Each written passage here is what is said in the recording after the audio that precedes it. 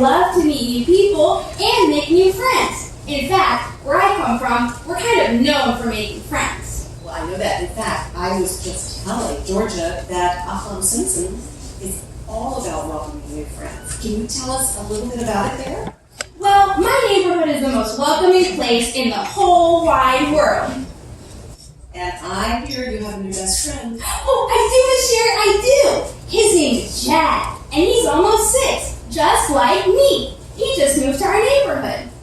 Are you and Jad alike? Well, in some ways, we're not alike at all. Like, I have purple fur, and Jad has yellow fur. Oh, and I like to sing la la la and dance a-doo-da, a-doo-da, a-doo-da-da. And Jad likes to paint. But we both love to go on adventures together. Jad will plan out every detail in advance, but I just like to go, go, go. So I say, Yalla Jad. That means let's go in Arabic. I say it a lot. But it sounds like you guys have so much fun together. But didn't you tell me that at first, when Jad first came, he had trouble making new friends? He did. But Tita Noor, who's like a grandmother to us, she told me that it can be hard to make friends when you don't know anyone. So we all worked really hard to make sure Jad felt welcome. And now, he has so many friends, and it feels like we've known him forever. I bet he must still get sad sometimes when he thinks about his friends back home. That's really true. Sometimes Jad has something called big feelings. Tita Noor taught us all about it. It's like when you feel sad, or afraid, or angry, and you don't know what to do. But you know what, Miss Georgia? We all feel like that sometimes. Like once, I was afraid of the dark. What did you do about it?